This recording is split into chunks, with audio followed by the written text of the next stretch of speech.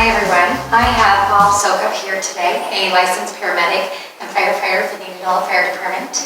He's here to discuss the 3 types of heat-related emergencies and how to prevent, identify, and treat them.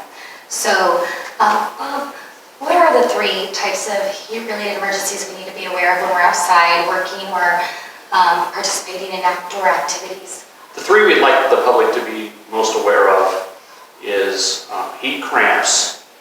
That's a sign of dehydration. Just you're low on fluid and your muscles start to cramp up.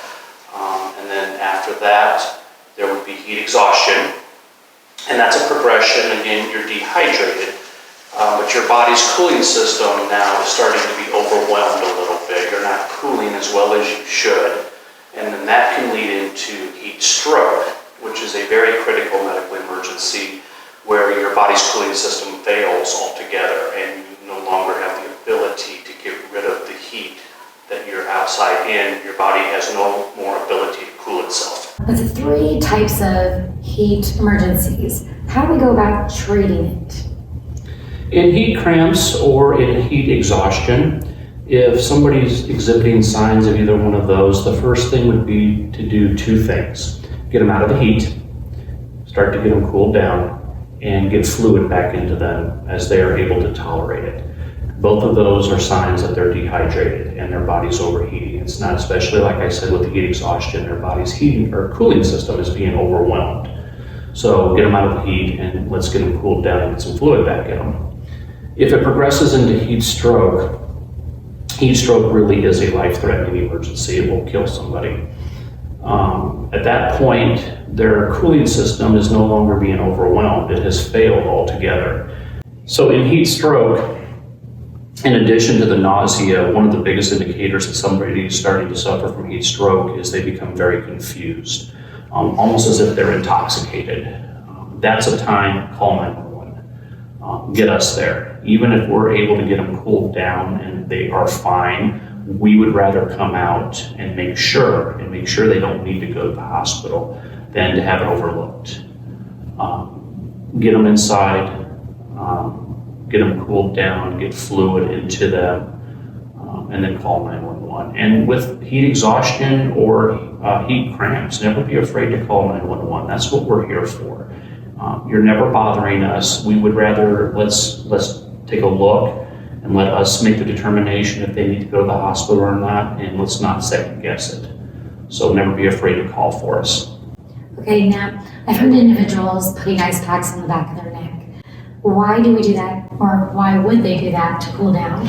It's a very rapid way to cool the body. At the back of the neck, in the armpits, across the front of the chest, there's a lot of blood vessels very close to the surface. So ice placed there dissipates that heat very quickly out of their body and will help cool them fast.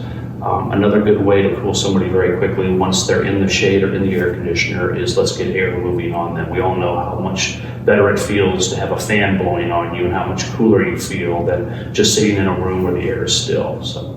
Now, getting rehydrated, why is water better than drinking a cherry Coke or a different type of soda or sugary beverage? The sugary beverages, your body uses fluid to metabolize them, to process them, and they're not adding any fluid. The same with like tea, and then the alcoholic beverages, anything that has alcohol in it, your body uses fluid to metabolize that through, and none of those are adding fluid. So in addition to the fluid that you're using to cool yourself, you're sweating out to keep your body temperature down, now your body's using additional fluid to process those drinks. So they're complicating the problem.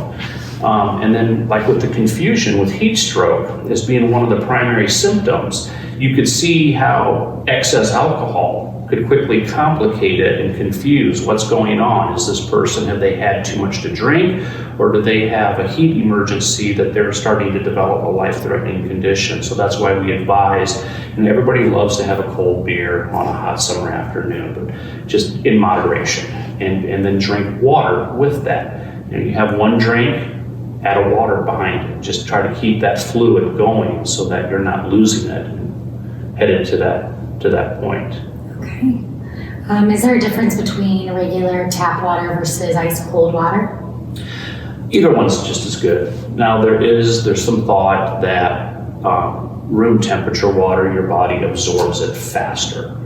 But as far as for somebody that's just trying to stay hydrated outside, either one. In fact, we all know that, an ice cold glass of water on a hot summer afternoon is much better than drinking room temperature water. Right, So quenches your thirst much more. so just as long as you're drinking the water and you're maintaining that. So either one. Okay, well, that's wonderful advice, and I appreciate you coming today and sharing it with everyone. Hopefully we can prevent people from getting a heat-related emergent or illness, one of those three, because we know that wouldn't be much fun at all. Your body going through it. So hopefully you can enjoy your summer, beat the heat, and stay safe, everyone.